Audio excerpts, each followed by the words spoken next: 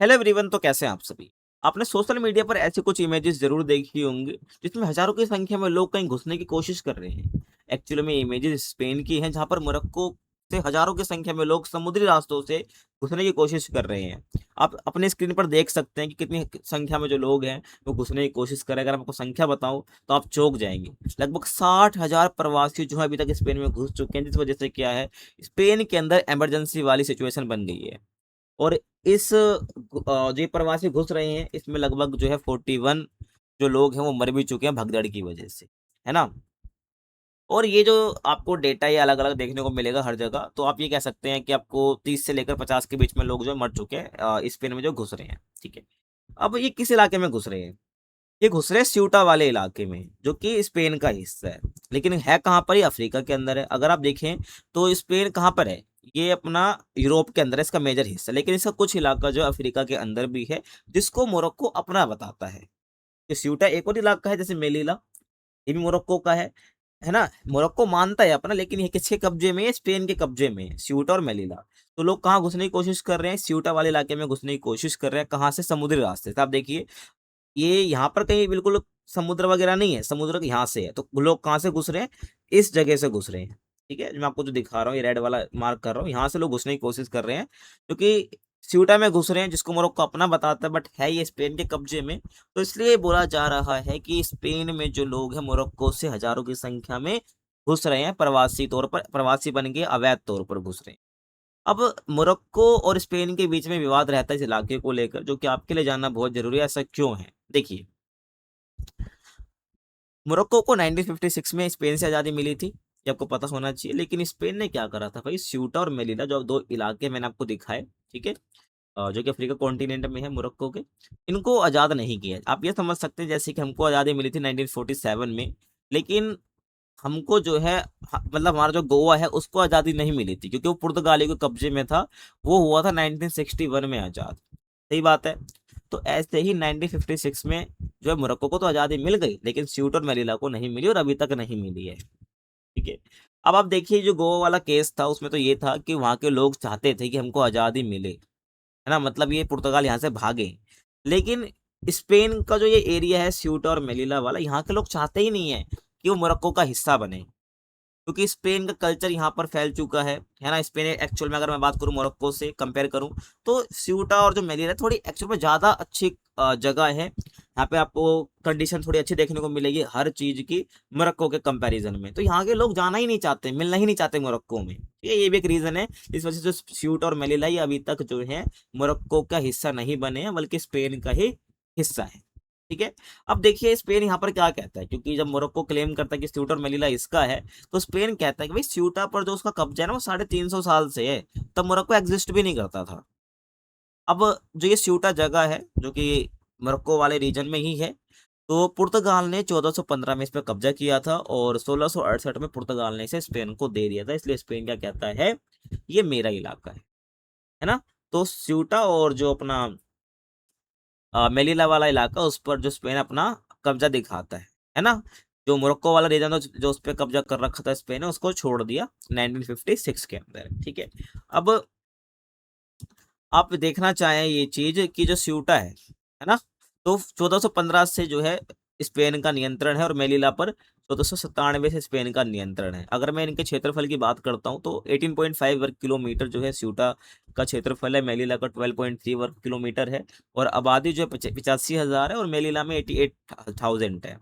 और 1956 मोरक्को की आज़ादी के बाद स्पेन ने दोनों शहर अपने पास रखे। दोनों शहर जो है यूरोपीय संघ का हिस्सा है, क्योंकि स्पेन में जो यूरोपीय संघ का, यूरोपियन यूनियन का हिस्सा है। ठीक है। और यूरोपियन यूनियन के जो लोग मेंबर्स हैं, कंट्रीज हैं, वहां पर वीजा वगैरह भी नहीं चलता है, ध्यान रखना। तो और ये मोरक्को के लोगों को पता है कि अगर हमने स्यूटा में एंट्री ले ली, अगर हमने क्या है स्यूटा में एंट्री ले ली, तो यानी हमने यूरोप में घुस गए है, क्योंकि इस जगह पे यूरोप में घुसना आसान बात नहीं है, लेकिन स्यूटा में घुसना बहुत आसान बात है, क्योंकि इनको पता है कि हम समुद्री रास्ते से जा रहे हैं। और स्पेन में एक रूल है समुद्र और लैंड वाले पार्ट से घुसने को लेकर, जो मैं आपको भी बताने वाला हूँ। तो इनको ना फायदा उठाया, और आपको ध्यान रखना, अगर ये स्पेन में घुस जाते हैं तो ये किसी भी रीजन में घुस सकते हैं, यूरोप के, जैसे फ्रांस में घुस सकते हैं, जर्मनी में जा सकते हैं, और भी कंट्रीज है वहां पर जा सकते हैं, और बिना वीजा के। ठीक है। अब देखिए आगे आपको बताना चाहूँ ये आपको समझ आया? अब कुछ तस्वीर देखिए जो कि स्पेन की है।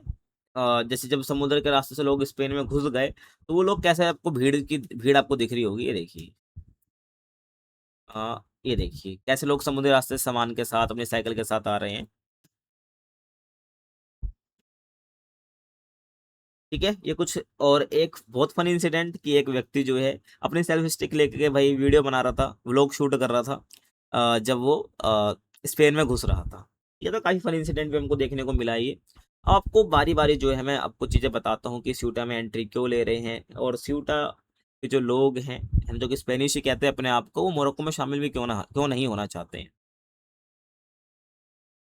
देखिए, स्यूटा से ही यूरोप में घुसने की सबसे ज्यादा कोशिश क्यों, एक तो आपके मन में क्वेश्चन आना चाहिए।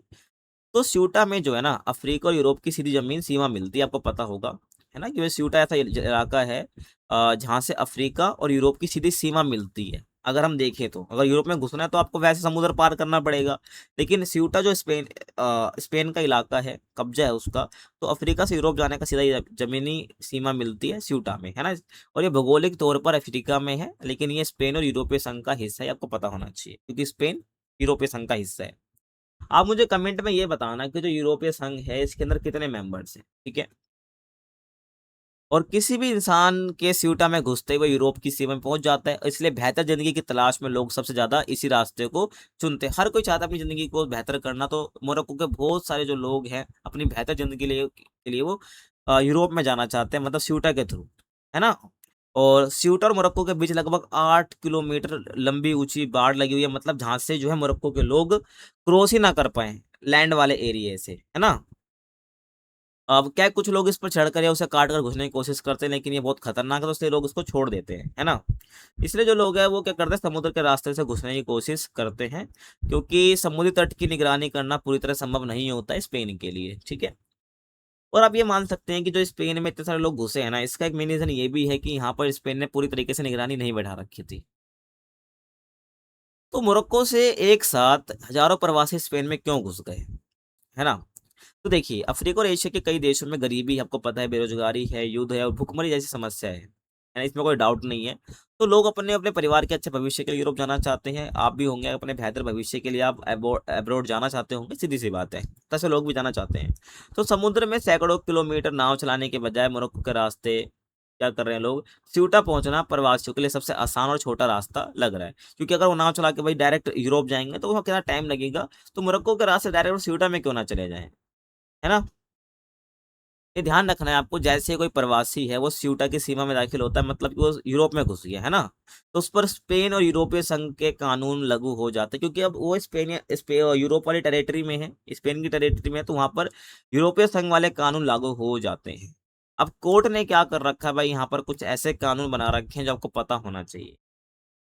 जो भी स्पेन के अंदर घुस गया, यानी स्यूटा वाले इलाके में घुस गया, स्पेन के कोई इलाके में घुस गया, तो वहां पर क्या कानूनी प्रक्रिया के बिना किसी प्रवासी को वापस नहीं भेजा जा सकता है।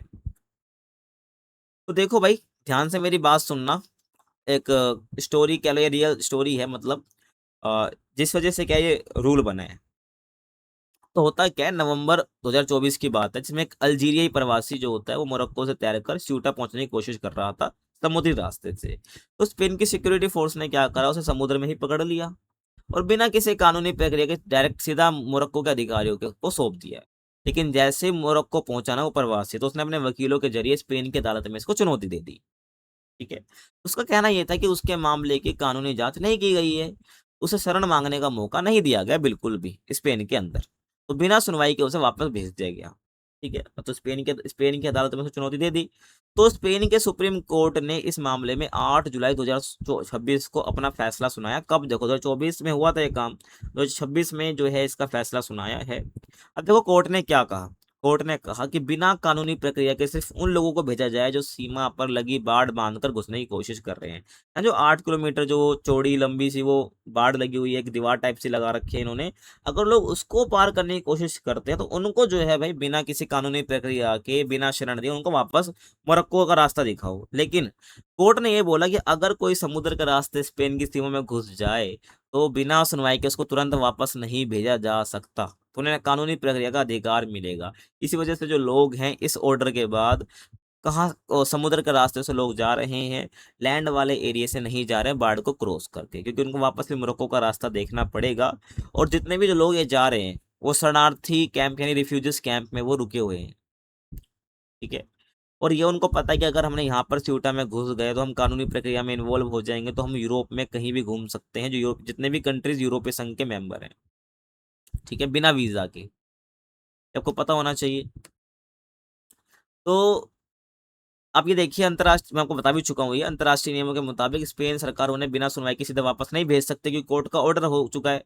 तो उन्हें क्या करा है, जो राहत शिविर होते हैं वहां पर उनको अस्थायी तौर पर रख दिया गया है ना, जहां पर वो शरण का आवेदन भी करते हैं।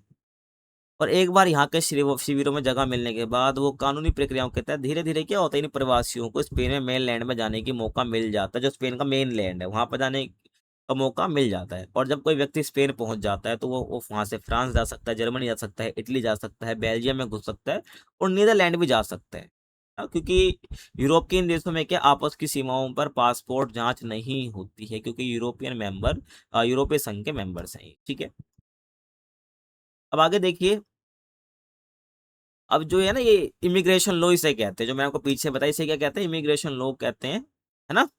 तो इसी का फायदा उठा के जो लोग हैं यहाँ पे इतनी संख्या में घुसने की कोशिश कर रहे हैं। और जैसे ही प्रवासी घुसते हैं स्पेन के अंदर, है ना, मोरक्को से, तो इसको रोकने के लिए स्पेन ने अपनी सेना भेज दी है। आप ये देख सकते हैं कि ये जो लोग हैं, ये जो भागते हुए दिख रहे हैं, कौन है, ये प्रवासी तो लोग हैं। और ये जो गाड़ियां आप देख रहे हैं, कैसी किसी गाड़ी है, ये पुलिस की गाड़ी है, जिससे बचकर जो लोग हैं वो भागने की कोशिश कर रहे हैं, ये प्रवासी हैं बेसिकली, ठीक है।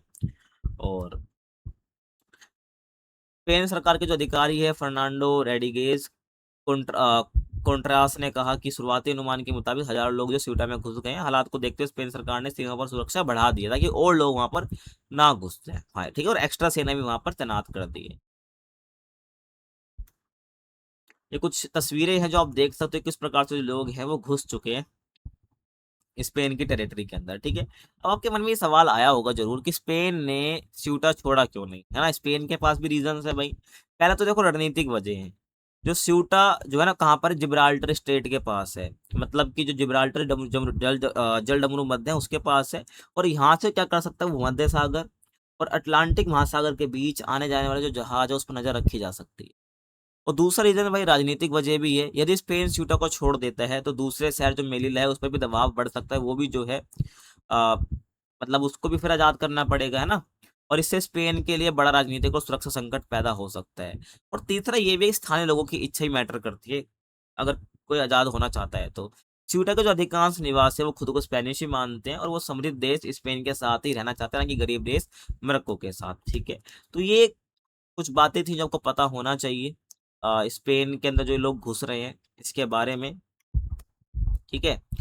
और किस टॉपिक पर आप वीडियो चाहते हैं मुझे कमेंट में जरूर बताना, और उसके ऊपर भी हम जरूर बात करेंगे। अगर आप चैनल पर नए हो तो प्लीज़ सब्सक्राइब कर लीजिए, ऐसी इंटरेस्टिंग वीडियो आपको जरूर देखने को मिलने वाली है। मिलते हैं आपसे अगली वीडियो में, तब तक के लिए थैंक्स फॉर वॉचिंग।